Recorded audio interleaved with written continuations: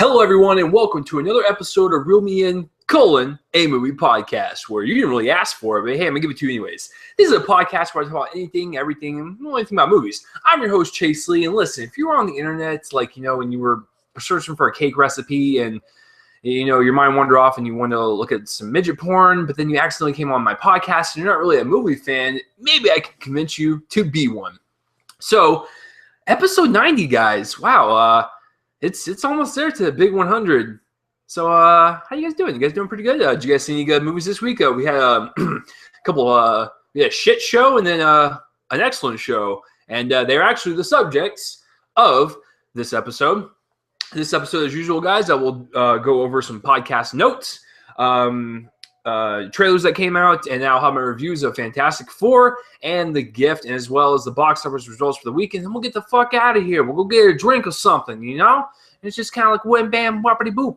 So if you guys are watching on YouTube and you do not want to see my face and you just want to hear my screechy voice, there will be a link in the description below for an audio-only version of this podcast. And if you're listening on Spreaker and iHeartRadio and you want to see my face for some weird fucking reason, then that link will be in the description below for the video version of this podcast.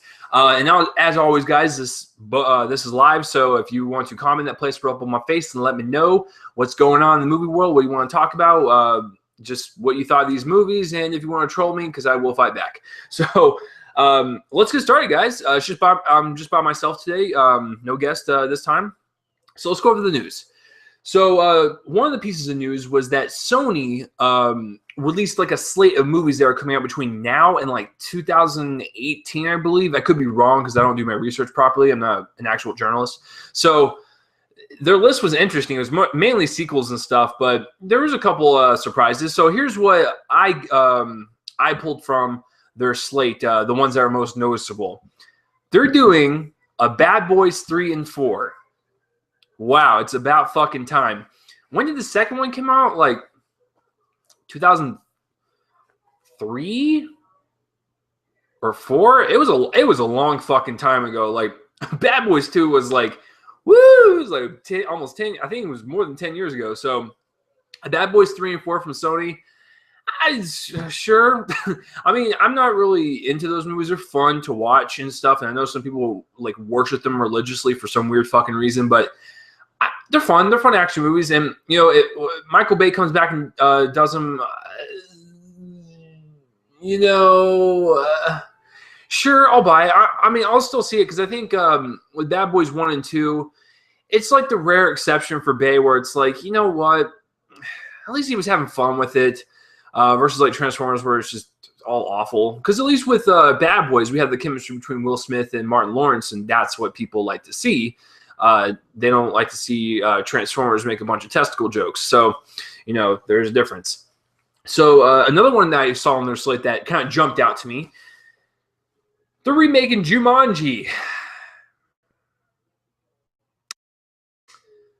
Why are we remaking Jumanji? That was like a classic as a child. I watched the movie so many times. I can't even count, man. I've lost track at this point. It's one of my favorite Robin Williams movies, and it's just a really fun kids movie. It's about these kids that whoa, computer. Okay, so I guess my computer had some notifications, so go fuck yourself. Thanks for doing that in the middle of the recording. So Jumanji is about a couple kids that get a board game, and basically everything that happens comes to life. And it's primarily animals. It's based like in the jungle and stuff. So, we have all these wild animals and got a hunter and stuff. So it's just a crazy, kooky family adventure. And I really like it. It's a really fun one. But remaking it, I just... Why? Why are we doing this? Like, I realized the movie was not like a super funny movie. So, like, anyone could have replaced Robin Williams in that category.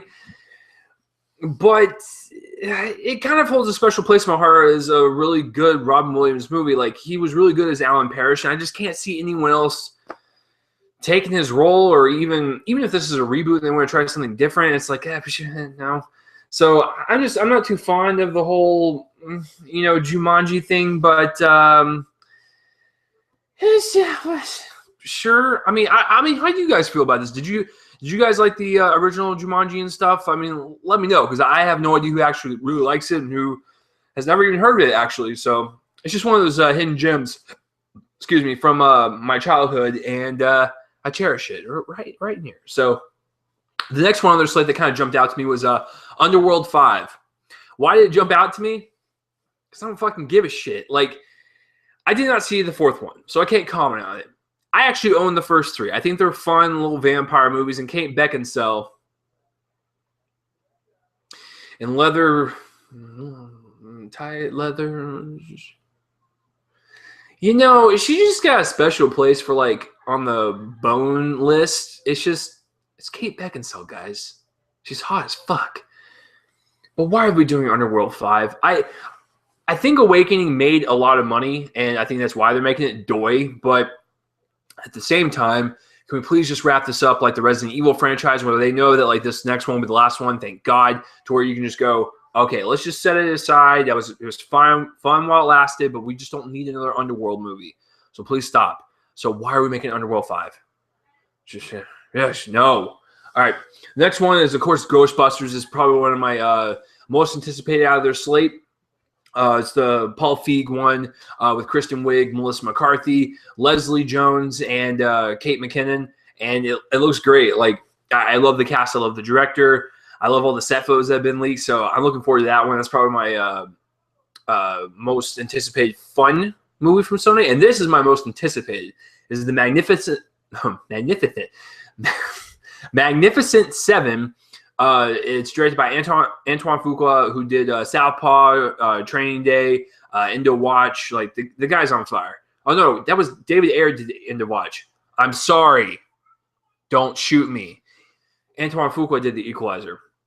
I get them mixed up because David Ayer wrote Training Day and Antoine Fuqua directed it, and they both kind of like going off on their separate paths. So, okay. Anyways, Magnificent Seven is it's a remake of said film, and it's gonna be a Western and stuff. And I like the cast so far. Chris Pratt, I know, is in it, and I forgot the rest. I'm not gonna lie. But I remember when I saw the cast list like a couple months ago, I was like, that sounds pretty good. It sounds like it could be a really good good remake. So I'm looking forward to it. That's probably my most anticipated from Sony. Hopefully Sony can get out of the trenches and, you know, make a good slew of movies, because they've been kind of on a bad streak as of late, especially this year. Paul Blart 2, Aloha, Chappie. Oh, dear Lord. Like, they're sinking in terms of, like, quality. Like, I don't think the majority of those movies people hate. So, Sony, get your shit together. So, that's it for that piece of news. Next piece of news, super excited for, Colin fucking Farrell. One of the most underrated actors in the business today. I mean, we have... The guy's, like... Whenever he's in a movie, he shines. In Bruges is probably one of my favorites of his. But then we have movies like Saving Mr. Banks, where he killed it. And I thought he was actually better than Tom Hanks and Emma Thompson combined. Like, I liked his role a lot in that movie, and I was surprised he didn't get at least nominated for Best Supporting Actor in that role for Saving Mr. Banks. He's the type of actor to where when he's in something, he always kills it, even if the movie sucks. So, what's the news with Mr. Farrell this week? He's actually going to join Fantastic Beasts and Where to Find Them. That's the Harry Potter prequel. That's going to be written by J.K. Rowling, the actual script. And so I'm ecstatic, man. Okay, so you're getting Colin Farrell, Eddie Redmayne, and oh shit, I forgot her name. It's Katie Waterstone. It's the really talented and like hot chick in Inherent Vice. I believe she's in Fantastic Beasts as well. But anyways, adding Colin Farrell to it, I'm looking forward to it now. I'm not a huge fan of prequels, but I'm a huge fan of the Harry Potter world. And so having Colin Farrell in Fantastic Beasts Where to Find Them, totally on board. I can see him either playing like a professor or like a bad guy, you know, that's like into the dark arts and shit. Like, I can see both. Like, he can actually play both bad and good. So, yeah, man, that's probably my favorite news story this week. The next one is Ronda Rousey. You know, this woman, I swear to everything, man. When you beat an opponent in 34 seconds, you were literally God. You are a woman god that can kick everyone's ass. Anyways, Ronda Rousey made the headlines this week because she is going to be in her own biopic. Interesting. All the movies I've seen her in, Expendables 3, Furious 7, Entourage, she's terrible. Now, Furious 7 is not an Academy Award-winning movie. It is a very fun action film that's got, corny dialogue, but it works for that over-the-top style of Fantastic Four. Ronda Rousey was in there for like 1 or 2 lines, literally 1 or 2 lines. And she butchered those. Like, they sounded awful. So as soon as I heard that, I was like, ew, gross. Like, ugh, please don't. I didn't like her in Expendables 3. I even forgot she was in it. In Entourage, she wasn't bad. But her being in her own biopic, this could go 1 or 2 ways. If you go one way, she has the potential to actually be a really good actress because this is her story. It's her character that she's playing. She's playing herself. So she can actually tap into that a lot more than another actress could. Look at Eminem with 8 Mile. That was basically about his story, and he killed it in that movie. I love 8 Mile. I liked him in it. So I think it has the potential to be that. But at the same time, if she butchers this movie and she is god-awful in it, she's done with acting. Like, I'm done with her, and I don't want her to be in any more movies. Like, this is her make or break thing. Like, listen, if she wants to pursue acting, more power to you, sister. If that's what you want to fucking do at the same time while you're beating the shit out of other women, hey, I'm totally on board. But you have to go to classes for it. You have to practice. Like, you're not there yet, Rousey. But at the same time, please don't hurt me. She's gonna like bust through my closet like back there and just like fucking kick my head, and I'm gonna like crawl over and like just start shaking on the ground and have a seizure. So it has the potential to be good. It has the potential to be kind of bad.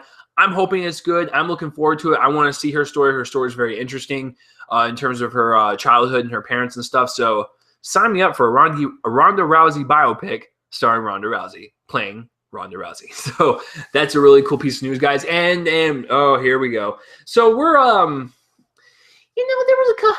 there was a news story a couple weeks ago where I reported that they're making an emoji movie, and they actually had a bidding war between studios on it as if people gave a shit about it. I thought that was the bottom of the barrel. I was dead wrong. They want to develop a Pez movie. Okay, listen, everyone, just sit back and kind of soak in what I just said. They're going to make a Pez movie. What the fuck is it going to be? A bunch of plastic figurines with a Donald Duck head and a Darth Vader head just like hopping around, like open their heads and shit, and like stuff's going to like pour out. It's going to be a fucking horror movie. It's going to be just like The Fly, man. It's going to be like gross genetic mutations and stuff, and they're just going to be like these freaks walking down the sidewalk like, Donald Duck, do you want a candy bar? And then he's just like, and so he walks down the sidewalk, and like he goes to the grocery store, and like he opens up his head, and like his wallet like comes out of his throat, and like he's just like, oh, the money's in the wallet, and like, it's such a freaky concept, man. I don't even know what to say else about it. Yeah, like, what is it going to be? Is it going to be a bunch of Pez like in the real life world, and like they're just kind of hopping around and like shooting shit out of their throat, or is it going to be like a Toy Story where like when the Walmart closes at night, the Pez dispensers will cause a ruckus. Like, what's going to be the fucking storyline? Because at least with emojis, they're emotions. They're emotions displayed through a picture. That could work. In a weird fucking way, it could work. A Pez movie's not going to work. And what's going to happen? It's like, is everything going to happen from the throat? They're going to pee, they're going to shit, they're going to fuck. Everything's going to happen just all right there. And they're going to like store their wallets when they walk down the street. They're going to eat from there and poop from there. It's just like, what? It's going to be fucking freaky, man. You're going to scare the shit out of kids. Like, that's how it's going to go down. And you're going to regret it, man. I don't know who the fuck is going to make this. But a Pez movie. Because with the Lego movie, they had like, you know, superheroes as Legos, and they had basketball players, they had Gandalf and shit, but it worked. How is this gonna work? And how are they gonna get the fucking rights to all these characters? I don't know, man. I'm at a loss for words on this one. And that will end the news portion, guys. If you have any comments or questions about the news, comment in the place where I'll put my voice and let me know. So let's jump to some trailers because we had a lot that dropped this week. I'm counting 1, 2, 3, 7 trailers dropped out, 2 of which are the same movie, and I'll explain which one in just a second. That will be the last one I talk about. So let's start with By the Sea. Now, this is a teaser trailer, and it's written and directed by Angelina Jolie. Which is actually really funny because in the trailer it says Angelina Jolie Pitt. Did she finally take the Pitt name yet, or the hyphen? And then it also stars Brad Pitt. So from what I gathered from the teaser, it's basically just like a couple like on an exotic island and resort, and they're having marital issues, I guess. Like seriously, that's all I can gather. It was a minute and a half. It was really fast. It kind of reminded me of the Before trilogy, like before Sunrise, before Sunset, before Midnight for some weird reason, like mixed with a Woody Allen movie. I don't know. It was a really weird combination. Am I excited to see it? Of course. The last time I saw them on screen was Mr. and Mrs. Smith back in the day, and I really liked that. It was a nice, fun little action movie. But I'm excited to see like a dramatic coupling of these two there who are actually married. And Angelina is going to direct it and write it, and Brad Pitt's going to also be in it with her, and it has the potential to be like a really devastating, heartbreaking relationship movie, and I like those movies because I'm cynical like that. So, yeah, it's a cool little teaser. I'll check it out. I don't know when it's coming out, though. I don't think the date flashed in the trailer, but looks okay, I guess. We'll just have to – I'll have to see like an actual trailer and see what the plot is. But what I just described to you may just be exactly that. So the next trailer I want to talk about is Hitman Agent 47. And this movie actually comes out in a couple weeks. And this was the last trailer that was dropped for this, the advertising for this movie. And it was a Red Band trailer, folks. And it's super bloody. It's got some really cool kills in it. When the first trailer came out for this movie, I was indifferent. I didn't really care about it because I didn't like the first one. And it's done by the same producers and stuff. So they're the same people in charge. None of these trailers really won me over. I'm not going to lie. This final trailer, I was like, wasn't bad. I'm kind of interested. Maybe if I see it at matinee or like if I go see it for free, I'll see it. But I'm not going to pay top dollar for it. I'm just not interested in it. I was just burned so much by the first one. I was so bored by it and stuff. I don't want to see anymore. So, but that's just me though. Maybe someone that didn't see the Hitman movie back in 2005 with Timothy Olyphant. Maybe they'll be enticed to see this because it looks cool to them and it looks new and stuff. But since I've seen the original, just don't really care. But this last trailer was pretty cool. I liked it. It was really nice and intense. Got some kills going on. Got some of that blood spurts. So, yeah, well, I'm kind of on board, I guess. So the next trailer is The Last Witch Hunter. And basically, you take I, Frankenstein, Dracula Untold, the Underworld movies, Resident Evil. Just take all those and like the Season of the Witch movie with Nicolas Cage. I am the Season of the Witch, and I'm going to murder your family. I didn't see the movie. Is that what the character's like? So this one, Vin Diesel's running around, killing monsters and shit, I guess. Vin Diesel is bald for a reason, and he has no facial hair for a reason. Because when he has facial hair, he looks fucking dumb.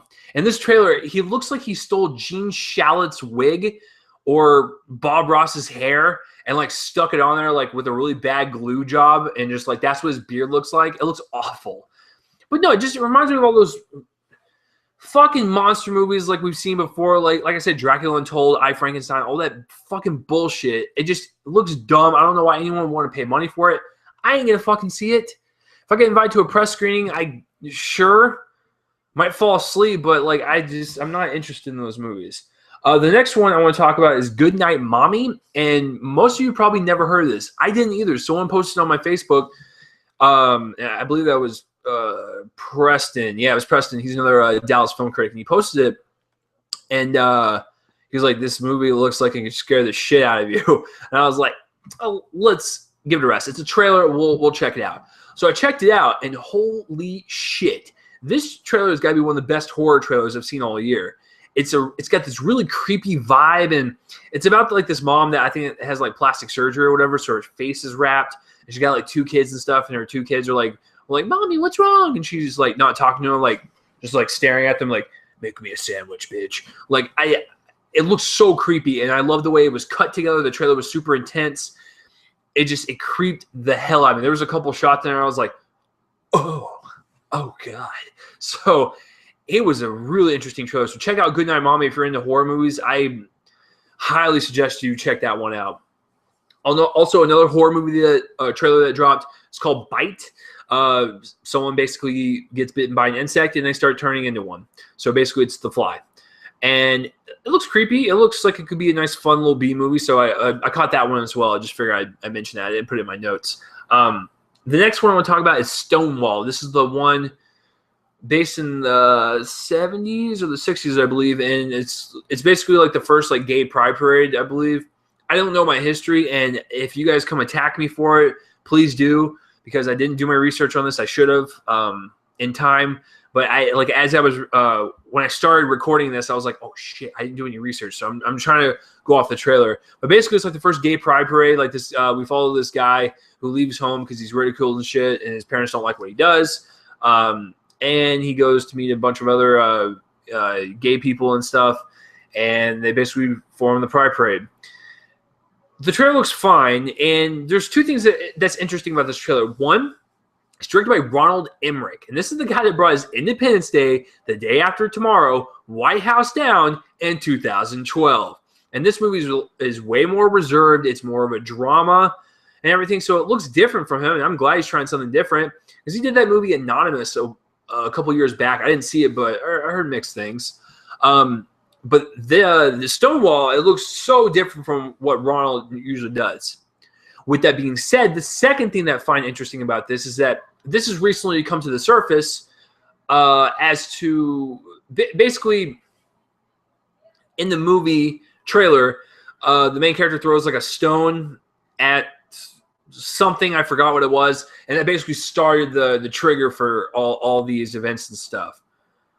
Apparently, like I said, I did not do my research on this, so take it for a grain of salt. I'm just assuming because everyone's saying it. I looked up online when people did post it like a few days back, and I was like, interesting. So apparently the person that threw the stone, like in real life when this event actually happened, because this is based on real events, was a African-American transvestite. And I was like, wait, in the trailer, it's a gay white male. That's a little different than a black transvestite, folks. Like I said, I'm not trying to be rude. I don't know like what's the correct term to call a transvestite, but that's kind of fucked up, man. Like, I know Hollywood whitewashes, but dear Lord, if the original person was a black transvestite, make it a black transvestite. Don't make it a white male, because that just looks extremely ignorant.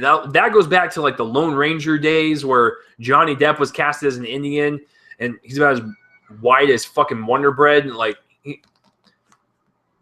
have you seen the way the guy dresses? Like, he dresses like a white person, like that's going to like a casino or something. So I don't know, man. Like I said, I didn't do my research, so I really do apologize. But everyone's floating that around, and I did look it up a couple days ago. I just forgot, like, if it was true or not. That was a couple days ago. I'm sorry. But as far as the trailer goes, for what it is, it looks good. But as far as like the historical accuracy, it's kind of fucked up, man. I'm not gonna lie. So, I mean, there might be some hardcore protests about this movie. I might have to report on them in a new segment in this podcast in the future. So, and the last but certainly not least, you guys knew I was gonna fucking talk about it. Deadpool released its trailer this week, and it released a red band and a green band. And the red band is awesome. It is violent. It's got the comedy. It's got the personality. It's got the energy. It just looks so much fun. It looks like the biggest ball of fun I'm going to have at the theaters next year. And the Green Band, even though they had to cut away from the F words and the blood and stuff, I still liked it. It was a really well cut together trailer. I liked, even when they were PG-13 in the jokes, it was still funny. Like, the very last line of the trailers is something completely different, but they mean the same thing. And I was like, well, I mean, they're both kind of funny. So I don't know. I liked both versions of the trailer. Like I said, I liked Ryan Reynolds as Green, or I almost said Green Lantern, Deadpool, which he makes a Green Lantern reference. And I like T.J. Miller. I like the addition of him. I've always been a huge fan of Miller. I'm really excited to get to see him in October at his comedy show. So it looks so much fun, man, and I cannot wait. But when we get to Fantastic Four, you know, I might be a little worried for Deadpool. But other than that, I feel really confident that Deadpool will actually be really, really good, and I'm looking forward to it. It looks badass. It's a BAMF, man. I haven't used that acronym in a long time, but it is a badass motherfucker. So that will be it for the trailers this week, guys. If you have any comments about the trailers that I mentioned, comment in the place roll up on my face and let me know. So now, let's get to the reviews, the meat of this podcast. You guys have all been waiting for it. So let's begin. Let me take a sip of water because this is going to be a long one. Okay. So I saw 2 movies this week. I saw Fantastic Four, which is the 2015 reboot. And then I saw The Gift. I'm going to start with Fantastic Four. So let's go a little bit. Let's do a little backstory. In 2005, I remember watching the Fantastic Four with Ian Garofalo, Jessica Alba, Chris Evans, and Michael Chiklis as the Chester the Cheetah's testicle. So infected testicle. So when I watched it, I was like, you know what? This was dumb, and I didn't really care for it, but it was kind of fun, not going to lie. And I didn't mind Dr. Doom in it, even though he was kind of bad. I didn't mind him, especially compared to this one. So I was like, yeah, it was whatever. Rise of the Silver Surfer comes out. It was really bad. I did not like it. It was a huge drop-off from the first one, even though the first one was kind of stupid and fun. The second one was just, no. But they also made like a 1990s version of Fantastic Four. So this is actually their 4th attempt, by the way. And I didn't see it, but I've seen clips and stuff, and it looks really fucking cheesy. 2012 or 11 comes around. Chronicle comes out. It's this really cool found footage superhero film. It's directed by Josh Trank, written by Max Landis. It was a nice, sleek movie. One of the best found footage movies I've seen. It was really fresh and invigorating. I loved the acting, the story, just everything about that, man. And so I was like, Josh Trank is one to look out for. This is going to be the guy to lead us into a realm of movies. So Josh Trank was hired on to do the Fantastic Four reboot, as well as a Star Wars anthology film. Then reports and rumors started circulating that there's trouble on the Fantastic Four set. Josh Trank has come into work intoxicated, and he's acting like an asshole, and he's not working with anyone. He didn't even show up on a few days. And there was a house that they rented for him so he'd stay at with his dogs, and like his dogs ripped up shit, and they probably crapped everywhere and whatnot. So they owed him a lot of money. Or I mean, Josh Trank owed Fox a lot of money. It was just a big fucking mess. And also I heard that Trank got fired, and Simon Kinberg, the producer and co-writer, had to come in and finish it. It's a huge fucking ordeal. And so hearing those stories, it kind of made me like really nervous. But at the same time, I was really excited because I loved the cast and I loved Josh Trank's previous movie, and it looked really good from the trailers. That's what the scary fucking part was. The trailers were great. And I was looking forward to it because, as you guys know, look at my fucking wall. If you're watching this on the video version, I have comic book posters everywhere. I am a comic book movie junkie. I love this genre, and I will literally give any superhero movie a chance. Okay? So, I was pumped to see it even after hearing all these rumors and speculations and stuff. And I'll put that behind me and go see this as a movie. And I did that. I went to a press screening like the Wednesday before it came out, which is strike number one, Fox. When you release a movie 2 days before it's released for a press screening and you have to hold the reviews until Friday, there's kind of a stench behind it. So I still was optimistic. I was like, no, maybe they're a little nervous and stuff. They're too eager to pull the trigger, so maybe they want to hold back a little bit. I don't know. It was kind of a weird situation going in. But sat down, I watched it. And I walked out going, the version from 2005 looked really good compared to this one. There were aspects of the new one that I liked, but overall, ladies and gentlemen, this is one of the worst comic book movies I have ever seen, and it is an absolute shit show.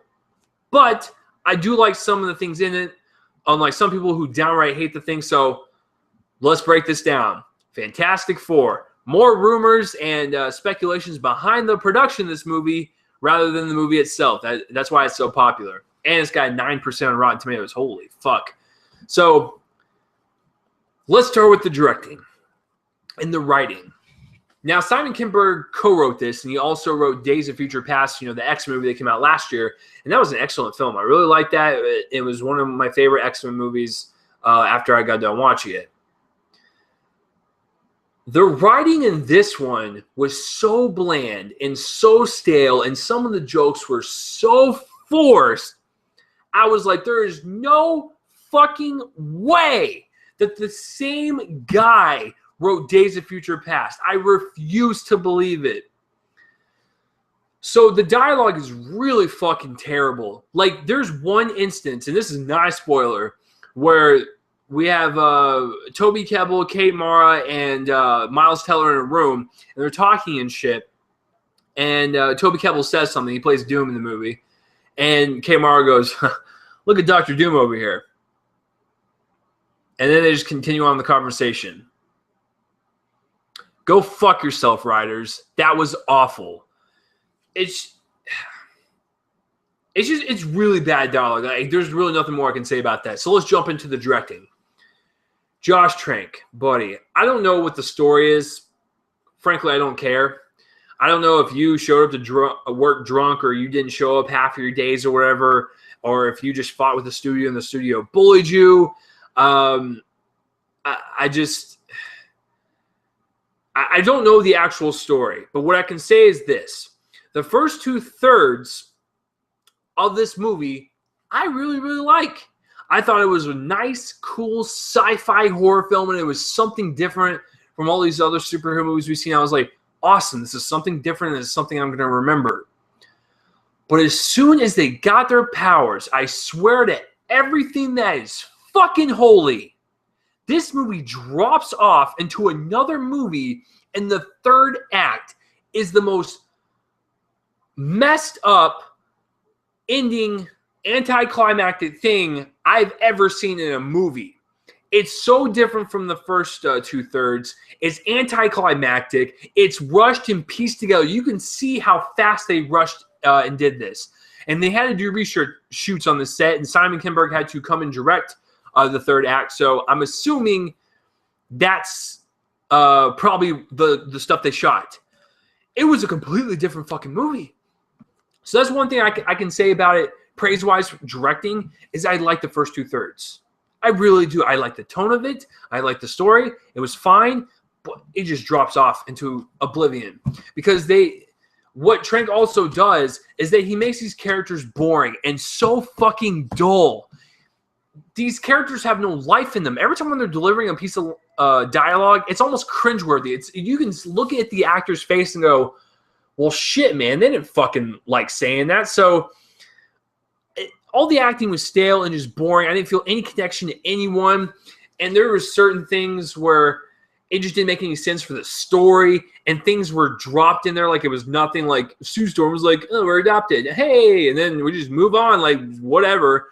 And then there's a scene where like Reed Richards is away for a long time, and he comes back, and no one says hi to him, and then Michael B. Jordan's character, the Human Torch, comes and like hugs him and like, "Hey, buddy, I missed you." It's like they had like 30 seconds of screen time. There was no development between those characters at all. So that's my biggest criticism on the directing, even though I like the first 2/3. There's still a lot of negatives in this thing, folks. And the third act is just messy. Doom is just a wasted villain. There's no development for him. He's just bam, boom. He's just evil, wants to destroy shit. And he's like a pissed off little brat. And it's just so rushed and so bad. I can't even, guys. I've turned into a bratty little white girl. So Josh Trank, even though I like the first 2/3, there's a lot more negatives in that bitch. So there it is. Real quick before I continue my review, Matt, one of my listeners, he asked the question, where does Fan 4 Stick land on your 2015 worst list? Shit. Easily top 5, maybe top 3. I'd have to think about it, but it's definitely up there for sure. So let's get into the acting on Fantastic Four, or as Matt says, Fan 4 Stick. So the acting, like I said, even though they were dull and I really hated everything that was coming out of their mouths, I actually really enjoyed Miles Teller as Reed Richards. Just wish there was a bit more personality. And I kind of like Jamie Bell as the Thing. I'm not going to lie. I think I like him as Ben Grimm. But everyone else didn't care for it. There was no development there. They were just kind of thrown in there, and we were supposed to believe that they were a family and friends, and there was no fucking like ramp up to that. It was just like, oh, bam, we're all friends and shit, and with all the plot holes and stuff, it's irritating. But I think if I had to pick one, Miles Teller would be the best one, and maybe Jamie Bell. So let's get into the cinematography. The cinematography is fine, but it's also a really dark movie, and there was just some shots where I was like, hey, man, brighten that up just a hair. It doesn't have to be like dark and brooding like 24/7. So the cinematography is just average, and I'll get into the special effects in a little bit. So I really don't have any complaints on the way it was shot, besides some of the scenes where it was just way too dark for my taste. So let's get into the editing and the special effects. Let me take a drink. You guys liking this so far? I'm actually kind of cool. My vacation review, I totally ripped that one on you, asshole. I think this movie's getting so much flack to where like I feel sorry for it at this point. I can't yell at it anymore. I have my qualms with it, and I'm just going to tell you them, and you can take it for what it's worth. So let me take a drink. Okay. Here's one of the biggest things this movie suffered from is the editing. Not only is this movie choppy, and it just kind of jumps to shit randomly, and there's no time developed in between anything. It's just jump, jump, jump, and it's just a really messy thing. But this movie's only an hour and a half long. It's like an hour and 40 minutes. This is one of the rare times I say this, but this movie would have benefited from actually being longer. You make this movie 2 hours and explain a lot more stuff and not rush the whole anticlimactic third act that was just kind of like a fart in the wind, you might have had a decent movie. But you cut everything short, you cut a lot of shit out, and just felt choppy and just uneven, and you should have made it longer to explain more stuff and just make it more coherent and more fluid. So the editing is really bad, guys. Special effects. When they are on this mysterious, like, energy green planet or whatever, do you guys remember, like, that movie, The Adventures of Shark Boy and Lava Girl, the one that's directed by Robert Rodriguez, and it had that awful like green screen, and Robert Rodriguez kind of has that awful green screen look to all of his movies for the most part. Yeah, it kind of looked like that movie. The green screen and the CGI are terrible. They're so bad, and they're so noticeable. You can tell they're on a soundstage, especially the third act where they have the final battle. It's just so noticeable, and I couldn't believe a movie with this much budget, and we're going to get to the box office results, and you guys are going to shit bricks when you find out how much it made. It's it's just fascinating that a movie that cost over $100 million has that shitty of special effects. So, I mean, I don't know what to say about it. Dr. Doom's costume looks terrible. It really does. And I hate the CGI to that as well. And there's just a lot of stuff unanswered with his character. And I just didn't like the way he looked. He looked like the Tin Man's gimp. Like if Wizard of Oz was happening and Dorothy's like, oh, Tin Man, are you a freaking bed? And he's like, of course I am. And then like he points to a gimp in the forest and it goes to that.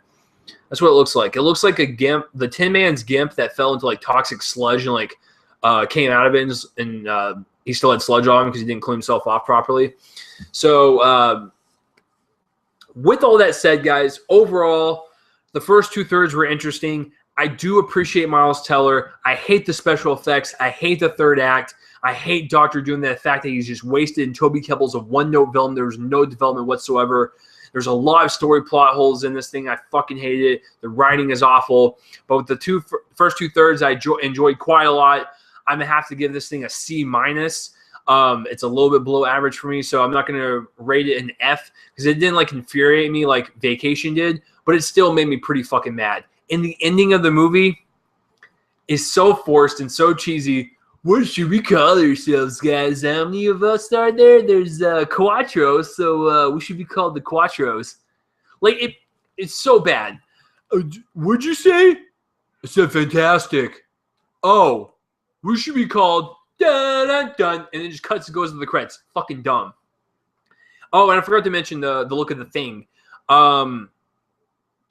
I actually liked the look of the thing. It wasn't bad. I liked the way Jamie Bell looked and stuff with his mocap and stuff, and it looked cool. I liked the look of the thing, so I forgot to mention that. And I also forgot to mention there's no action sequences besides the last one. That was kind of boring. So that's my thoughts on Fantastic Four. This movie's been shitting on more than enough. I'm tired of talking about it. No more. I'm done with this movie. I will never own this. I will never watch it again. I'm done. Finito, ladies and gentlemen. So that's my review of Fantastic Four, or as Matt points out, the Fan Four Stick, because that's what's on the goddamn poster. So let's move on. Now, what do you guys think of Fantastic Four? If you watched it or whatever, I want to know your thoughts. Maybe there's a select few out there. I did see a review from Geek Nation. They actually really liked it. So, I want to know if like you actually like her, if you despise it as much as I do, or if you're kind of in the middle like I am, or like you can give it some of the pass. So let me know in that place where I'll put my voice and let me know. So let's get to the second review. And I am going to get to The Gift. I saw this movie literally 3 hours ago. And let's do a little backstory. You guys know how I work this channel. I do a little ramp-ups to each review. This is written and directed by Joel Edgerton. He's also in it. And so usually when I see an actor direct and write his movies and also star in it kind of makes me worried just a hair because it's like, were you the right person for the role? Or you're just doing this for yourself or whatever? Could have gotten something else and just concentrated on the film? So I'm a little worried when it comes to that stuff. And then, of course, this is produced by my boy, Jason Blum from Blumhouse Productions. This fucking guy. Every time I review a movie on this podcast, this guy's a fucking wizard. He makes movies for like $5, turns out a profit. Because when I get to the box of results, spoiler alert, The Gift made profit already. If you hate Jason Blum's movies, I totally get that. His movies are not for everyone. Some of them are pretty bad, not going to lie. But for the most part, I like everything that he produces. Because he knows how to produce stuff for cheap and turn out a quick buck, which is what a movie studio is. But for the most part, I would say like 75% of his movies, even though he makes them for cheap and turns out a really good profit margin, I can see that he cares about them. Like he actually does legitimately care about the story and the director and just bringing this tone to life, you know? So I do believe that like 75% of his movies he gives a shit about. The other 25, like Ouija and stuff, gross. So, you know, that's just a turn of profit, I understand. But he is a really good businessman, regardless of what you think of him. I mean, he produced my favorite movie of last year. Did you guys know he produced Whiplash? Did you guys fucking know Jason Blum, the guy that produced Insidious, Paranormal Activity, The Purge, Sinister, and all these horror movies, produced Whiplash? Mind blown. Anyways, he produced my favorite movie of last year. So I do know that he has it in him to produce really good movies. And I actually, like I said, I like the majority of the horror movies that he's done. So when I saw The Gift, the trailer for it, I was going to go see it anyways because I support Blum and everything he does. But when I saw the trailer, I was like, it looks like a really typical, like, just stalker movie. It looks like a throwaway. I like Jason Bateman a lot, and I just haven't seen him in a lot of dramatic stuff. And I just really hope he doesn't look too silly in this, or I see him as Jason Bateman, the comedian, and not a dramatic actor. So there was that, and then, like I said, the trailers didn't sell me at all. But I was going to go see it because I supported Blum. Then the reviews started coming out. And I'm going to call out Susan Kamyov from this chick at This Chick's Flicks. Fuck, Susan. Like, there's like 100 X's in that thing. Anyway, she's one of my Dallas critic friends, and I've had her on the podcast a couple times. I heard that this movie was getting like insanely good reviews, and this thing is rocking like a 93% of Rotten Tomatoes as right now this recording. So it's amazing. Fantastic Four, 9%. The Gift, 93%. What the fuck? But I saw that number, and I was like, Susan, is this movie like as good as people are making it out to be? And she said, yes. Like, it's actually a really good thriller. You're going to really be surprised about it. It's really well acted. It's well directed. It's well written. This thing is a solid fucking thriller. I mean, she didn't say fucking thriller. Because I can't imagine Susan saying the F words. Sorry, Susan. I just can't. I'm still your friend, though. I'm not bashing you. But, no, like, I heard the good reviews, and then I trust Susan in her judgment and stuff because she's got really good taste in movies. So I was like, okay, so this movie's got the potential. So, Sunday comes along, and I'm just like, I'm ready to see this. I sit my ass down. I'm ready for it. And keep in mind, guys, I got 4 hours of sleep last night. Yeah, about 4. I got 4 hours of sleep. I was on the verge of sleeping in the theaters during the previews. And then the movie was done. So what did I think of it? Let me take a sip of water. You guys just really like that when I pause, right? And I'm not sponsoring Ozarka. It just so fucking happens that I buy gallons of water from them.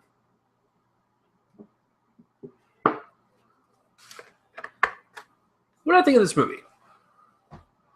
Everyone's praising it. It's got 93%. This is one of the biggest surprises of the entire year. It's one of the best directed suspenseful thrillers I've probably seen in the past 5 years. I walked out of there going, I think this was the first thing I said. First of all, I applauded Joel Edgerton at the end. I was like, Joel Edgerton, you crazy motherfucker. That was an excellent movie. But I also said to myself, I was like, besides Whiplash, The Gift might be my favorite Blumhouse production. I'm not talking like with Whiplash. Like, if Whiplash was out of it, The Gift would be number one. But since Whiplash is in the running, because it technically is produced by him, Whiplash is still my number one. The Gift would be my second favorite. As much as I love Insidious, Insidious 2, 3, the Paranormal franchise, I like the second Purge more than the first Purge. I like Unfriended. The guy's a fucking beast when it comes to these movies in terms of picking pretty good quality scripts. Some of them, like I said, have been shitty. But The Gift, I didn't fucking expect this, man. And like, when the reveal happens at the end, you're just kind of floored by it. You're just like, wow, that was like really well written. Everything made sense. Fucking creepy as shit. I fucking loved it.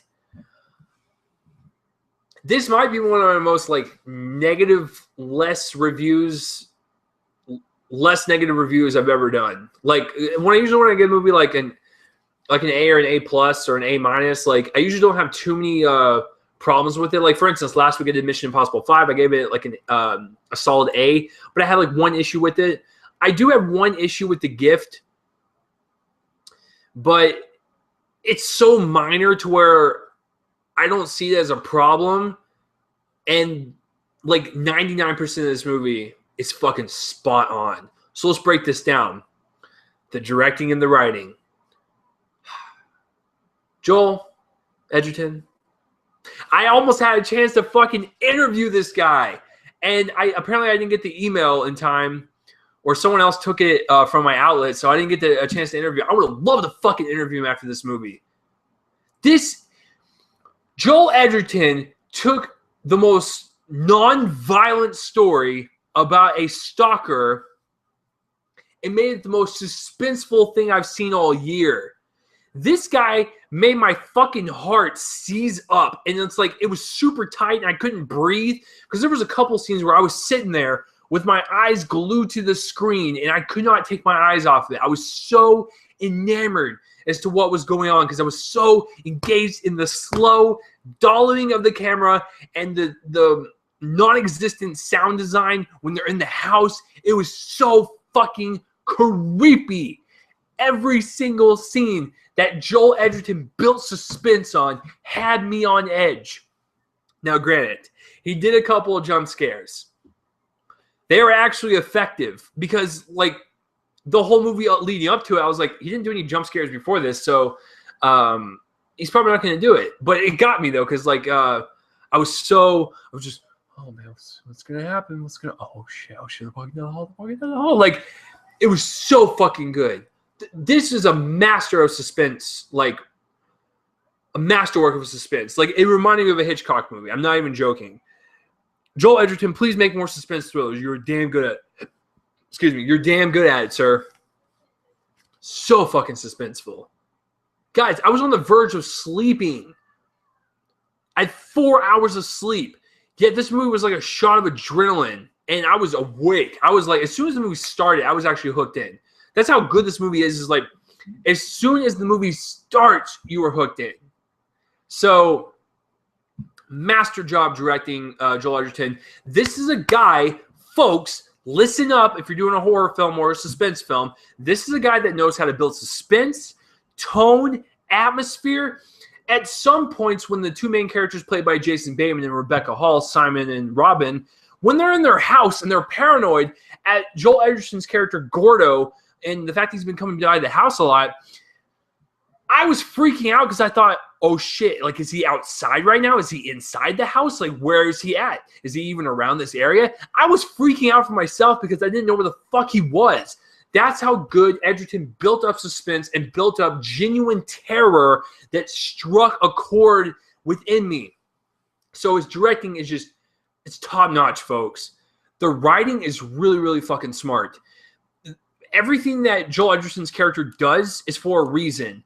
And the character development of Bateman and Rebecca Hall and Edgerton, it was all natural. It felt like a good progression. It was all there. And like I said, when the reveals happen, your mouth just hits the floor. You're just like, holy fucking shit. Because, like, throughout the movie, I was trying to get inside Edgerton's head, his writing mind space. And I was like, Edgerton, where are you going with this, bud? And so I actually called a couple things.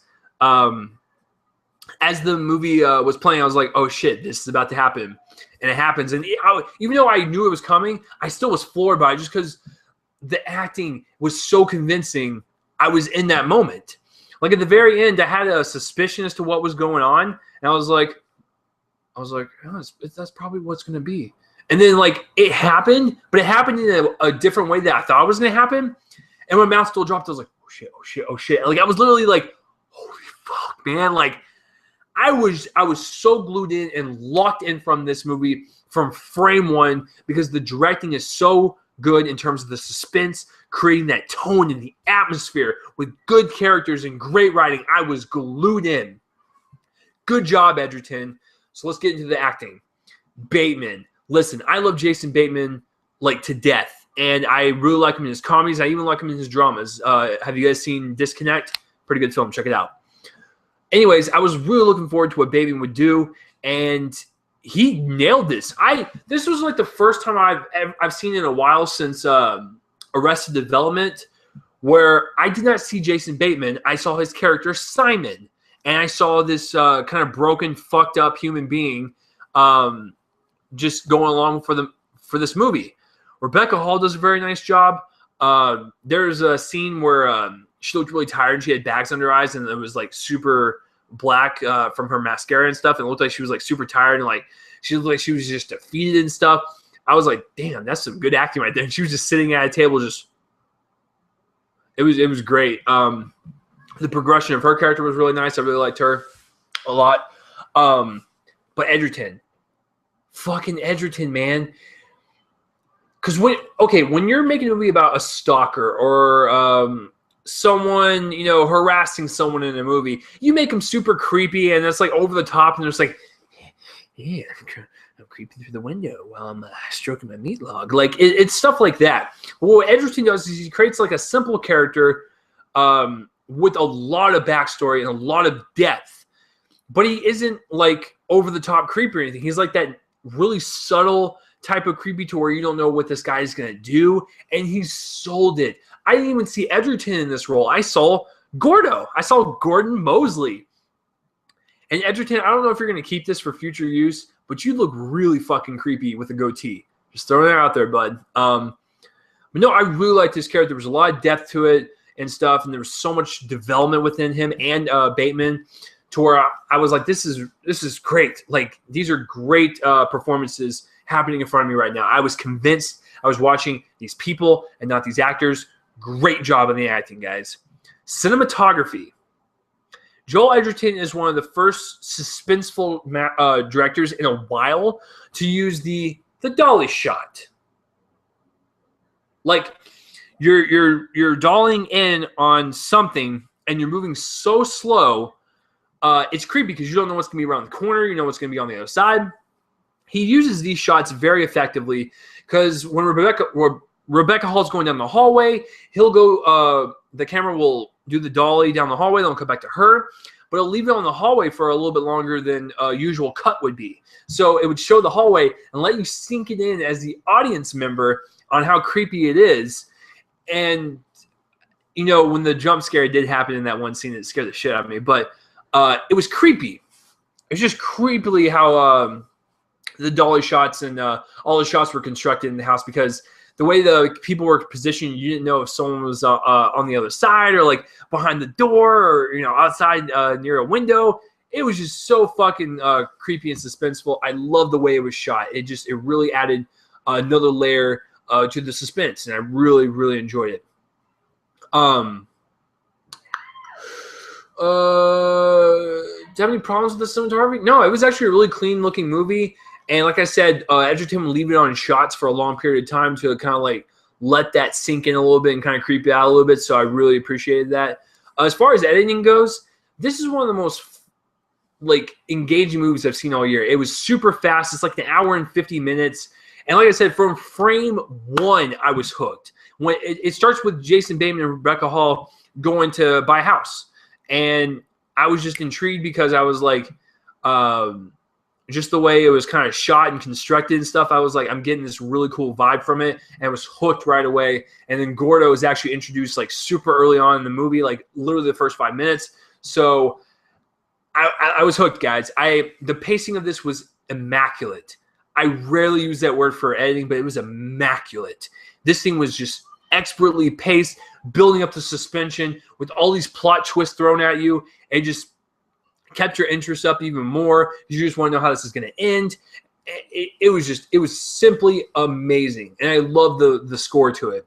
I loved the music to this movie. The one thing I forgot to mention is the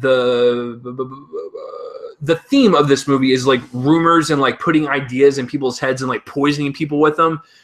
That's such a great fucking theme. And it plays all the way until the very end, and it just made sense. At least for me, I bought it. I bought the whole thing. And it was just so creepy and so smart, man. It's such a smart thriller. The one thing I disliked about it, I have to tread lightly because this is kind of it's a spoiler on Bateman, kind of. But there's a scene where like Bateman confronts Gordo towards the end, and you know, he just has like a conversation with him on basically just stop harassing me and stuff. And, you know, Bateman does something to where you're just like, would a grown man really do that? Like, even if his character was that? That was like the only shot or scene or whatever I was like, I'm not buying it, man. Like, it was kind of weird for like a grown-ass man to do because it's something teenagers would really do. So, I don't know. I just didn't really buy that scene. But other than that, guys, I have nothing else to say. This is one of the best surprising thrillers of the entire year. It will definitely make my best list in terms of the summer. And hell, it might even make my top 10 of the year. I don't know. It was such a fun time. I enjoyed it that much. Guys, please go see The Gift over Fantastic Four. It's not worth it. Fantastic Four is not worth it. Go see The Gift. I give The Gift an A. A solid fucking A. Never would have thought I'd say that in a million years after I saw the trailer. The Gift, guys. It's a hell of a good time. It's a really good suspenseful thriller. I haven't seen one like that in quite some time. Good job, Edgerton. Please make more. So have you seen The Gift or have you even heard of it? Comment place below my face and let me know. So let's get on to the box office results for the weekend and let's see how The Gift and Fantastic Four did. So, okay. Ooh, this is interesting. So there was actually 4 movies that came out this week. We had Shaun the Sheep, the movie, which is a god-awful title. Just call it Shaun the Sheep. Just call it Shaun the Sheep. You don't need to call it the movie.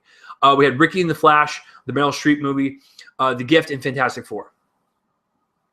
I can tell you right now, 2 of them made it into the top 5, and 2 of them did not. Which 2 did not make it? You'd actually be surprised on one of them. Shaun the Sheep and Ricky and the Flash did not make it in the top 5. Ricky and the Flash actually came in at number 7 with 7 million, and Shaun the Sheep actually came in at number 11 with 4 million. So with that being said, here are the top 5 box office results for August 7th through the 9th, 2015. Number 5 is Ant-Man with 7.8 million.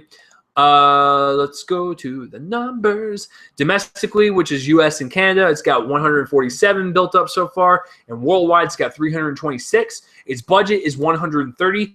Double that plus a little bit of marketing. We're looking at maybe 275 for to break even, maybe 300 to break even. I don't know how much advertising they spent, but with 326, regardless, they're making profit. They made a little profit on it, so I'm actually really proud of it. I really liked Ant-Man a lot, so congratulations. Keep on going.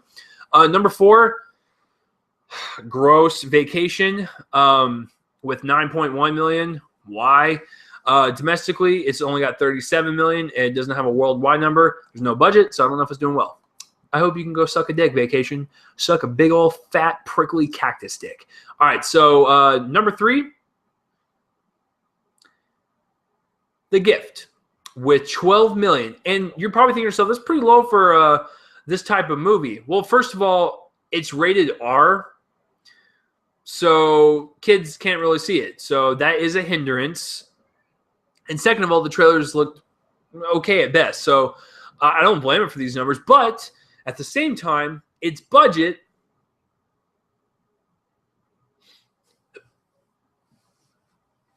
$5 million. So to break even without advertising would be $10 million. And they probably spent about $1 million on advertising, maybe a little less. So they actually made profit by like $1 million to $2 million. Because Jason Blum is a fucking genius. Jason, if you're ever watching my podcasts, I'm a huge fan. I majored in filmmaking. I would like to come work for you. Yeah, so it already made profit. So that's how great Blum is, because he knows how to make money in this business, because it is about making money. He's just really smart about it. So unlike Fantastic Four, who had a budget of 120 million, and it was a shit movie, and The Gift only cost 5 million, and it was an excellent movie. Fantastic Four came in at number 2, unfortunately, with 26 million. Ouch. If I remember correctly, Trainwreck, when it opened, which is a comedy done by Judd Apatow, which his movies have been doing so-so as of late. That movie came out with 30 million its opening weekend. And Trainwreck has a budget of 35 million. Wow. Fantastic Four has a budget of 120 fucking million. and it made 26 this weekend domestically. Worldwide, it's made 60. But even that, if its budget is around 120 plus the probably 20 million they spend in advertising, actually, I'll probably say 10 million in advertising. So they need to make about $250 million to break even. This movie is going to tank. It's going to Josh Trank. I've been saving that joke for this whole week. I hope you guys enjoyed that because I enjoyed it quite a lot. So, guys, it's not going to make its money back, and I'm not looking for the sequel. Like, I really hope they don't make a sequel. I hope Fox announces tomorrow that they're just like, "Yep, we're not making it because this one did shitty." Good, you shouldn't. So number one, you guys knew it was coming. Second weekend in a row, pretty damn awesome since I really enjoyed it. I gave it an A as well. Mission Impossible. Rogue Nation made $29.4 million more dollars, taking the top spot for this weekend. Sounding like Sean Connery. Right now, domestically, it's got 108, and worldwide, it's got 265. I don't know how its budget's not listed, but 265 is not bad. I really enjoyed it. So let's, while I'm here, let's look at the numbers for the other Mission Impossible.